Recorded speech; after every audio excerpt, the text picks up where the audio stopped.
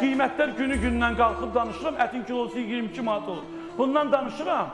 Qarğıdalı yağı 7 manat olur. Ən ucuzu 6 manatdır, 5 manatdır, bilmem nədir. Bundan da pesok olub, pesoku biz əvvəl 1 manata alırdıq. Gəlib gör neçə olub pesokdan. Bundan danışın siz.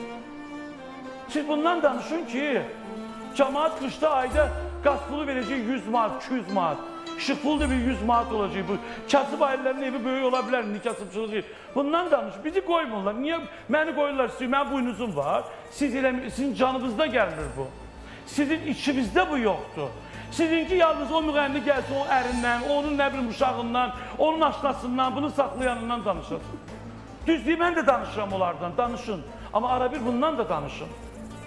Arabir deyin ki, 5 qəpiyə olan kilo, hindi niyə 7 qəpiydi? Biz səhv sayama, biz deyirik 7 qəpiy nədir? Amma bir ailə gedir, 3 dənə bazarlığı, 3 dənə kulokdur, bu 20 qəpiydi. Bu ayda ilə 3 dənə eləsə, bu gün hara gəlir, çıxır.